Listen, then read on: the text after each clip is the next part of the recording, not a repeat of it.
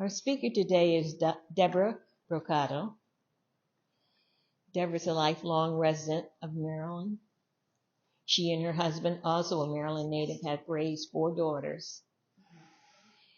She's a retired intensive care unit nurse who has taken that knowledge to serve the community in other capacities. She volunteered at a pregnancy center for over 8 years and has worked to advocate for children and their families for 30 years.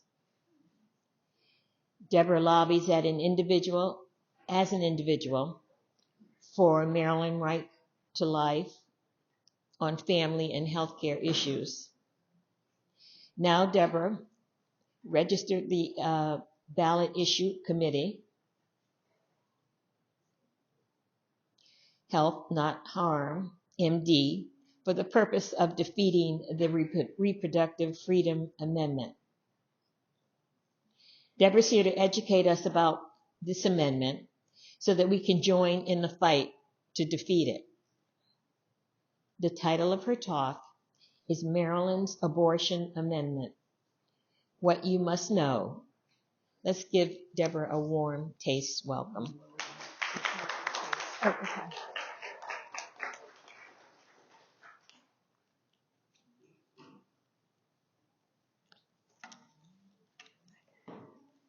Thank you very much, Evelyn, for the nice introduction. So, as she said, I'm a lifelong resident of Maryland. I grew up in Ellicott City, and my husband is also a lifelong resident who grew up in Baltimore City. First, I do want to say that this amendment, I wouldn't call it the abortion amendment because it's so much more than that. And in order to understand why we must defeat this, I want to give you a history of our Maryland law as it currently stands, and then we'll break down the actual amendment itself. So, first of all, and what's at stake here is loss of parental rights, decreased health and safety standards, increased health care costs, loss of conscious protections, and free speech. But let's go through the law in Maryland. So, first of all, 1991, we had the Maryland Freedom of Choice Act. This is when abortion through birth, for any reason, became legal in Maryland.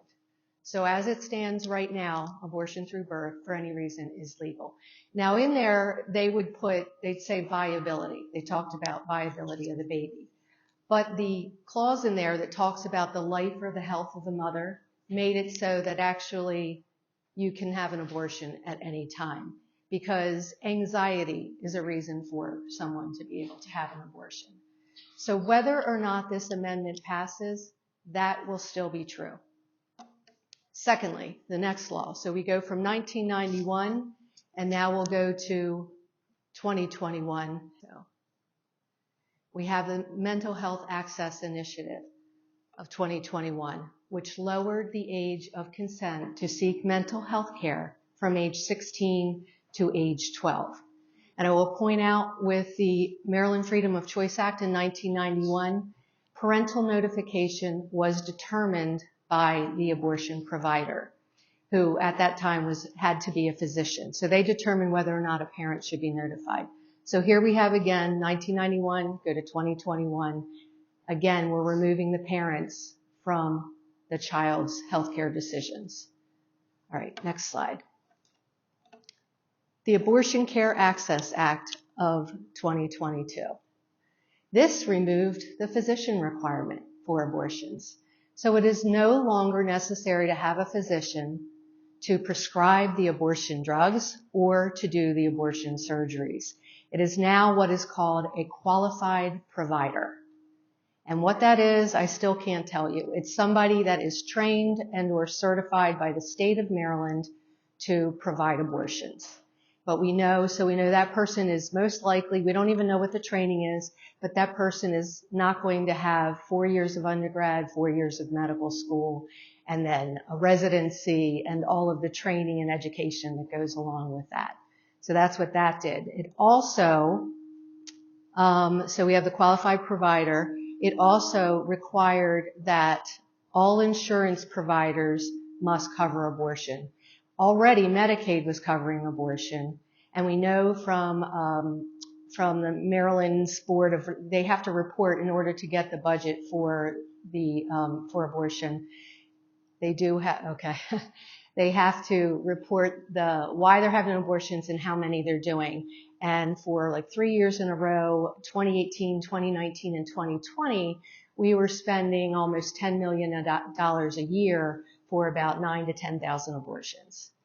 And do you know how many of those women were having it for rape, incest, or life of the mother? 0. Because that's the real reason they're supposed to be able to get it. So as you can see, so now every one of us in this room, every Marylander is paying for abortion completely. It's completely paid for. And that includes the people that are coming here from out of state to have abortions.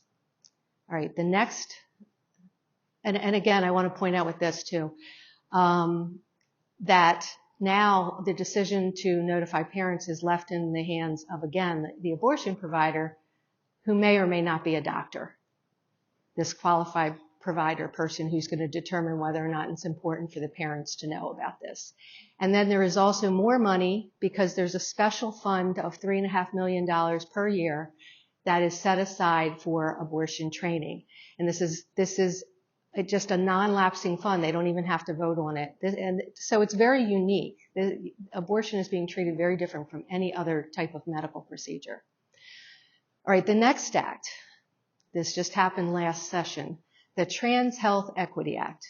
So they talked about non-discrimination to provide all drugs and surgeries for gender-affirming care, including puberty blockers. Who needs puberty blockers? Right, adults do not need puberty blockers. So also they're requiring that, so minors are included, and again, Medicaid must pay for these surgeries. There were efforts to exclude minors from this law, and that was rejected. So this is deliberate.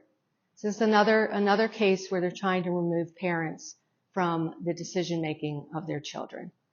And I want to say to you that in the criminal justice system, juveniles are treated like minors, as they should be, because they say that they don't understand the consequence of their actions.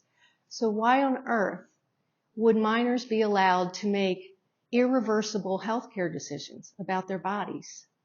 Why on earth are they trying to push that? But we can tell that that is deliberate. So now, where are we now? What did they pass? They passed the Declaration of Rights, Right to Reproductive Freedom Bill. Now, the difference between a law and an amendment is a law is passed by our General Assembly. The General Assembly in Annapolis is our legislative body. They have a Senate and they have a House of Delegates, so they can pass a law. When they want to amend our Constitution, they pass a bill saying what they want to add to our Constitution, and then the voters have to decide whether or not to put that in our Maryland Constitution. So that's what's happening in November in the general election. This will not be on the primary ballot. It will be on the general election ballot. The language has not been determined yet, and I'll get to that, the language of the actual question on the bill. So next. So the ballot question, this is according to the bill that was passed, the language, but that's not been certified. But the important thing to notice here is that the ballot question, what will be on the ballot, does not match the amendment language. So this is another like bait and switch to confuse you even more. We don't even have the question number, because it would be easier if we could say vote against question number, whatever. But they don't even have to certify the language until August 2nd. So, and who determines the language? The Secretary of State and the governor of our state. And because they are in favor of this, they are going to put language on the bill that will make people want to vote and say, yes, we want to add this to our Maryland Constitution. So, next slide, okay. So I want to point out the actual amendment itself. And if you go to your green sheet, you can see that you have the amendment in the tan area. And read it out loud, the Declaration of Rights, Right to Reproductive Freedom, that every person, as a central component of an individual's right to liberty and equality, has the fundamental right to reproductive freedom including, but not limited to, the ability to make and effectuate decisions to prevent, continue, or end one's own pregnancy. The state may not directly or indirectly deny, burden, or abridge the right unless justified by a compelling state interest achieved by the least restrictive means. So I'm pointing out there were efforts to take the words person and or individual and replace it with the word woman. Rejected. There were efforts to exclude minors from the amendment or in just including a minimum age requirement or parental consent requirements. Rejected. Replace reproductive freedom with the word abortion. Rejected. And then to try and match the ballot language to the amendment language. Rejected. So that is deliberate. If they wanted to make this specifically about abortion, and the politicians and the other supporters of this amendment want you to believe that it is simply about abortion rights. If that were true, the amendment language would be very simple. It would say something like the state of Maryland recognizes a woman's right, woman, adult female, to prevent, continue, or end her own pregnancy, and the state may not indirectly or directly deny or abridge that right. That is all it would have to say if it were simply about abortion. It's clearly not. So this is deliberate. So we have those undefined terms: person, individual, reproductive freedom, reproductive liberty, reproductive autonomy. Those three are used interchangeably. None of these are defined not only in the amendment, but not in the law. And a person or an individual can be a male or female, adult or child. So, next slide. All right, so I point out the marijuana legislation. When they asked Maryland voters to make marijuana a right in our Maryland Constitution, if you notice, it says an individual who is at least 21 years of age. So if they wanted to tell you what individuals they were talking about, they could, because they did it here in this amendment. They said, we're talking about just individuals who are 21 years of age or older. So that's just a clear example of how they could have included in the amendment language something to make sure that minors were not included in this right.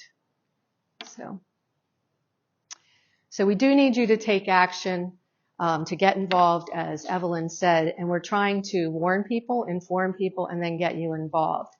And again, I want to point out that this is very deliberate to include minors in this and include children. There was even a legislator who said that yes, indeed, this amendment would create new and unlimited rights for all individuals regardless of age. And that's the thing. We're not affirming a right. This is creating new rights. We don't have a right in our Maryland Constitution to get dialysis. We don't have a right in our Maryland Constitution to get open heart surgery. Why are they making reproductive freedom so special? So that's what everybody should ask themselves. And what is reproductive freedom?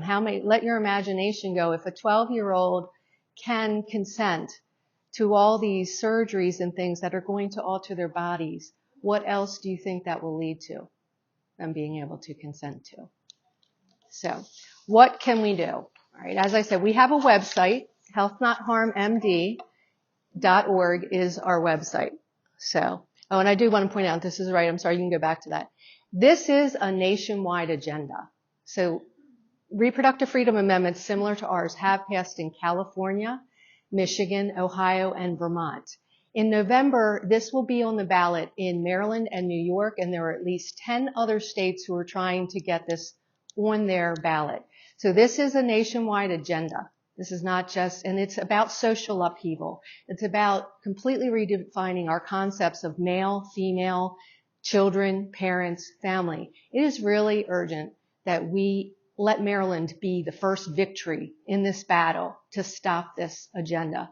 It is a very, very serious agenda, and it's about taking those rights for our children away from us and giving them to the state or just other people in the schools. And we know this is happening. And we know in Montgomery County that what happened? A federal judge ruled against the parents. They found out that children were going to school and they were identifying as something different, and the school was not telling the parents. So the parents said, we want to know, and you should tell us when something is going on with our child.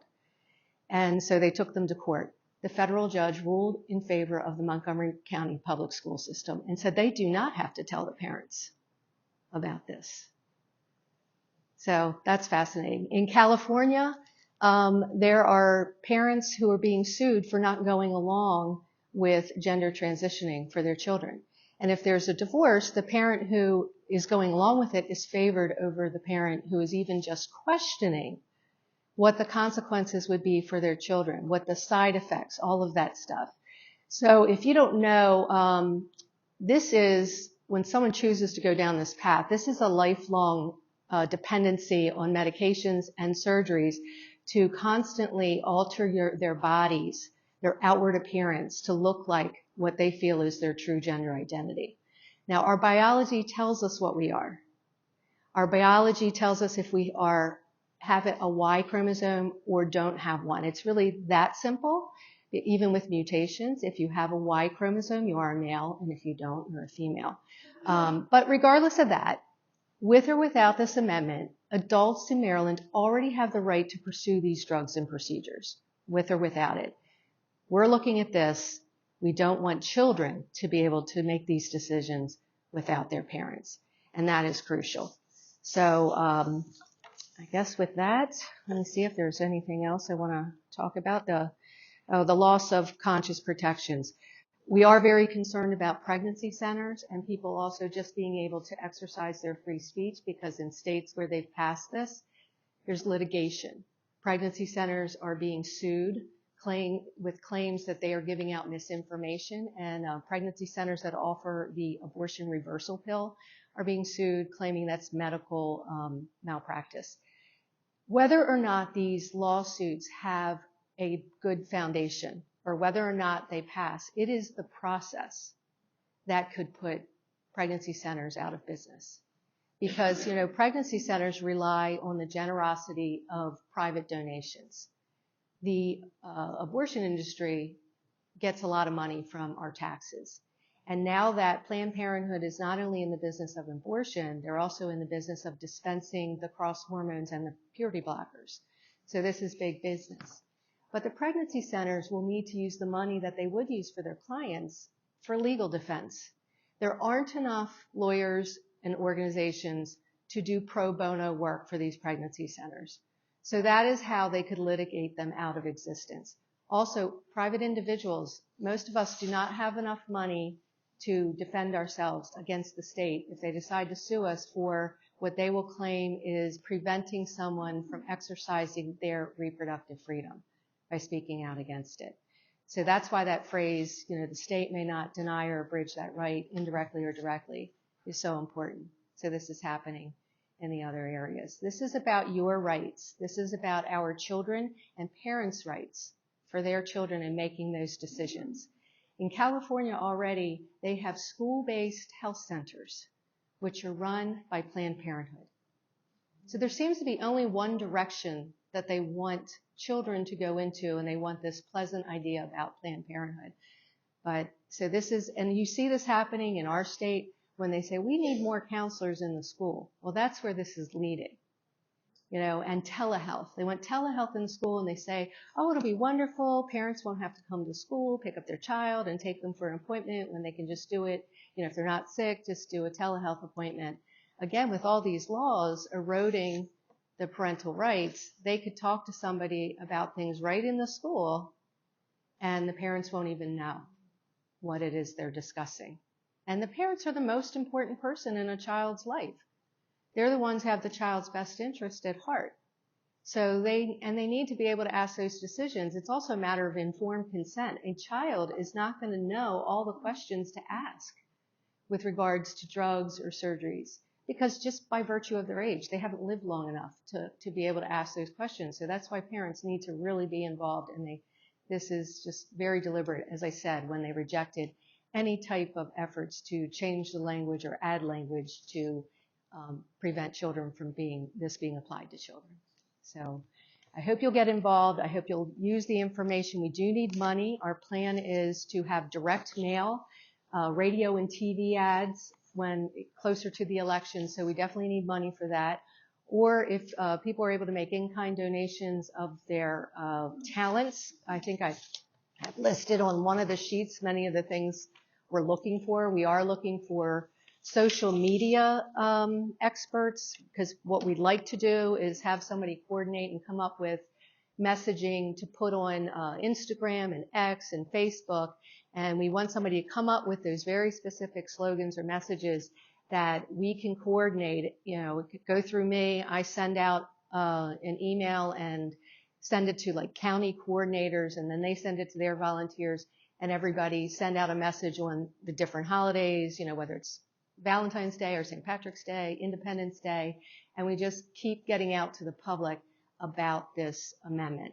So we, as I said, we also have the website, so if you encourage people to go to the website, and we'll need to do the radio TV ads, and we do think direct mail will be very effective to help get the word out and help people understand. But you being here, this is a big deal, because now that you have the tools in your toolbox, understanding the language of the amendment and what it really means, because people might say to you, where does it say that? You should say, where doesn't it say that? Where does it prevent that?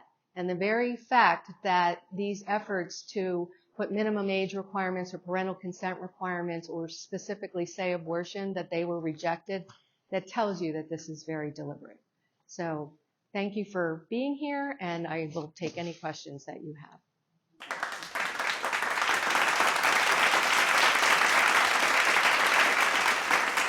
Thank you, Deborah. I have the mic, and I'll be running around or walking fast.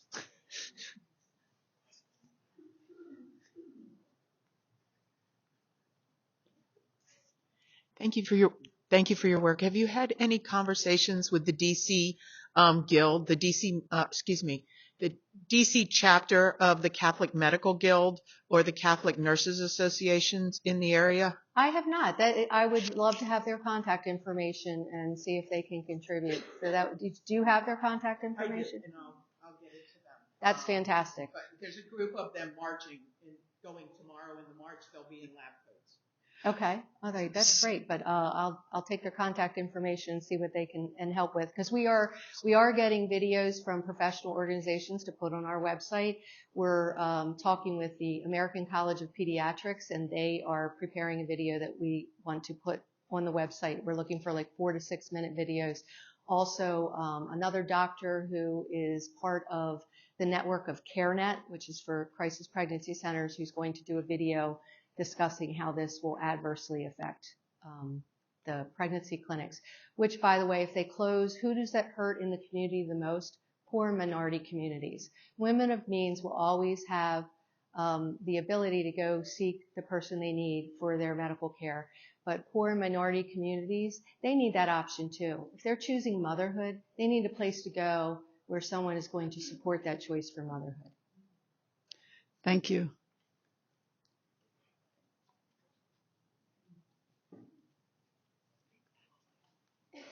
We'll have you repeat the question.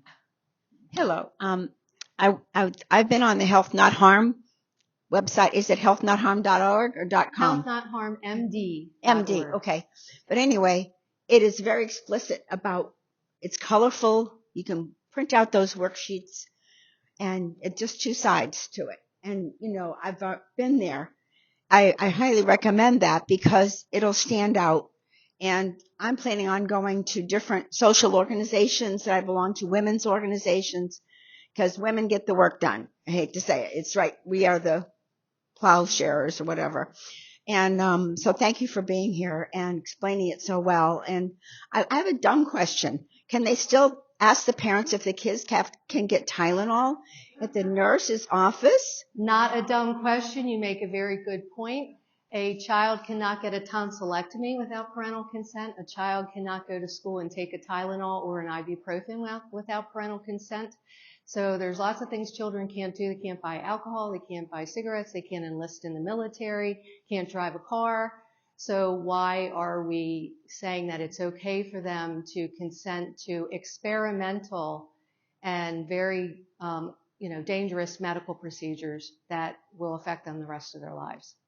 Even if they take puberty blockers for a short amount of time, or the cross hormones, the amount of time they take those puberty blockers, that part of their puberty is lost. They won't get that back.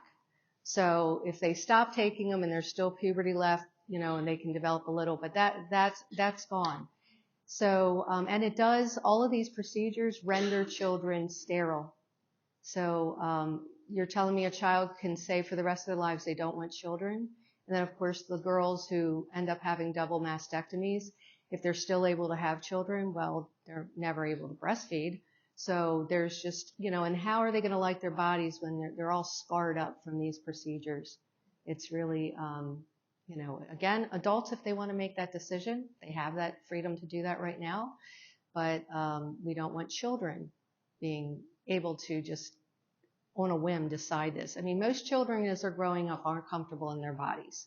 I think, you feel weird when you're growing, and definitely when you go through puberty, I think every child feels weird. I have 4 daughters. I know they did. It's just, the strange things that are going on with your body when you're going through puberty. I think it's definitely normal. Kids need to know that it's normal to feel uncomfortable, and it's okay. I'll come around to you.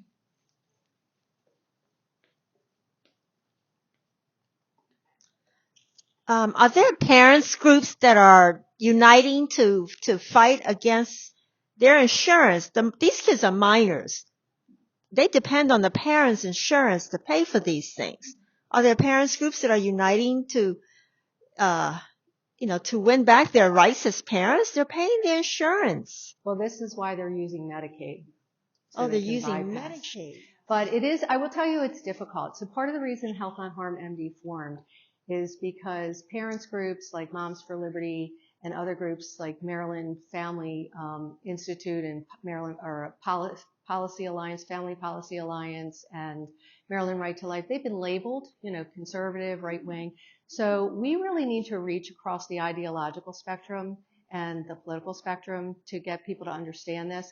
And they're not going to listen to those groups. So they're being targeted. And I will say, so some people are very nervous about being targeted with speaking against this and being labeled one way or the other. You see what the media does to people. So it is hard. We do have people involved. We do have a coalition of groups. Some of them are national who are getting involved. And what I also want to say to you is, while this is about abortion, because the safety of abortion, the procedures is at stake as well, they already removed that one level of safety by saying that a physician is no longer required. But once something is put as a right in our Maryland Constitution, it makes it much harder to add any kind of safeguards or safety protocols to correct anything that they would say, oh, this was an unintended consequence. For instance, if, say, all of a sudden there's an increase in infections for the gender surgeries or abortion, normally for any other procedure, they would come up with, the health department or hospitals would come up with a protocol to decrease the infection rate. Well, if this happens here, it's something that would have to go back to the legislature because you're amending the amendment. So now it would have to go back to the legislature. They'd have to say, yes, we want to do this. And then they'd have to put it on the ballot so that the voters again could say, yes, we want to amend the amendment. So that's why it's different. Even though I'm telling you that with or without this amendment, abortion will remain legal in Maryland through birth for any reason. And some might say, well, then what does it matter? Well, it does matter because it's going to affect safety and any unintended or intended consequences that would need to be corrected. It would be much harder to correct it when it's put in our Maryland constitutions versus a law that simply passed down in Annapolis. So that's where the health and safety comes in. I just have I guess a statement because I understand, there's confusion with me like that minors can, participate in this, but the governor appointed, a person in the juvenile correction system, I believe, that is stating that, minors are still developing their minds until they're 25. So why are they giving minors all of these big decisions when they don't even believe that themselves? Right. You see, it's very hypocritical, and it's like cognitive dissonance going on there. On the one hand, they want to increase the age in which a person is treated as a juvenile in the criminal justice system to age 25, because according to the NIH, our brains are not finished developing until we're around 25. I think it's safe to say most of us do start understanding the consequences of our behavior once we graduate high school. So on the one hand, in the criminal justice system, they want as many people as possible treated like children. But when it comes to healthcare now, they want 12-year-olds want to say that they have the same capacity as an adult to make these decisions. So that's a very good thing to point out. Again, all of us, we live here in Maryland. We have friends that don't believe the way we do. And many people who think abortion should be legal, most of them, they do it out of compassion. They really do. They think that it's the right thing to do. And a lot of those people will say that they want abortion restrictions, but unfortunately when they vote for unrestricted abortion because they get scared that, if you start restricting it on one end, you're going to restrict it on the other end. So that's what happens, is they still vote for unrestricted abortion. So we are trying to reach people across the ideological lines and the political spectrum. So we really don't want to make this about abortion, because in the states when they did that, it failed. And we will fail because we will feed into their messaging. We're already seeing the commercials where they're saying women's rights are under attack. Abortion rights are under attack. We need to protect women. Women are going to die if we don't pass this amendment. That's the lies and the deception they use to get it passed. Women are not going to die. As it is, there are no laws preventing a woman from seeking emergency intervention for or medical emergency. Ectopic pregnancy and miscarriage, women get help for that. And they are different from abortion. An ectopic pregnancy is a non-viable pregnancy. And miscarriage, the baby is either dead or dying, and the woman's body is expelling the dead or dying baby. Ectopic pregnancy, the baby is not viable, and the woman, if it's not treated, the woman could die from that. Because if you don't know, an ectopic pregnancy means the baby is growing outside of the uterus. So it's not a viable pregnancy because most likely that baby does not have a good blood source for its nutrition to continue to grow, but it could hurt the woman for sure. So it could cause, hemorrhaging and everything else. So women are not denied that, and there are no laws trying to put women in jail for abortion. They try and say that, women are being threatened. Women's rights are just fine. So that's one of the lies they use. We're not prevented from seeking any kind of health care that we want.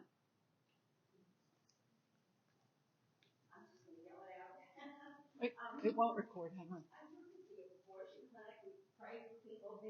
Right. And lives are being saved there. There's a young woman right in our community. She's an immigrant. She's 17. She just gave birth to a baby. He's 1 month old. It was because a woman went there who could speak Spanish and talked to her.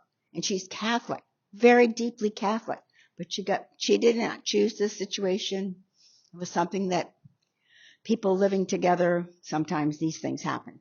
But my whole one I wanted to say is that Holy Cross Hospital takes these people on. If you know how to get them connected to such groups, like, I forget the name of it, but anyway, there are groups that protect women and will save their babies. So I just thought, you should know that there are hospitals that take care of them who Yes. don't have money. Yes. But you have to kind of know your way around. Yes, and most pregnancy centers do serve the Hispanic community. I know the pregnancy center where I worked for over 8 years, we had many Hispanic clients, so we were serving the Hispanic community. And the one I worked at was in Towson, but it was right over the city line, so a majority of our clients were also coming from the city. So they are being served, and I'm glad you brought that up because we have some volunteers who are translating our flyers into Spanish, and they are working on making a page for us, translating our messaging on our website so that there's a Spanish page. The Hispanic community is very excited about helping in this because, they're extremely family oriented as well. And so I just want to let you know, we do have some people there it's a volunteer who's fluent in Spanish, and then we also have volunteers where Spanish is their native language, and they're working to translate our information for the Hispanic community. So. I just want to say one more thing. Columbia Pregnancy Center has a Spanish people. You pick up the phone, you have these people talk to them on the phone, and they invite them to come in and get a free ultrasound and free baby supplies and free formula and tons of clothes. Columbia Pregnancy Center, Gabriel Network does that too. So. And Central Tepeyac in Montgomery County. That's right. We have a couple more questions. I'm an operating room nurse. Fortunately, I'm not in a hospital any longer.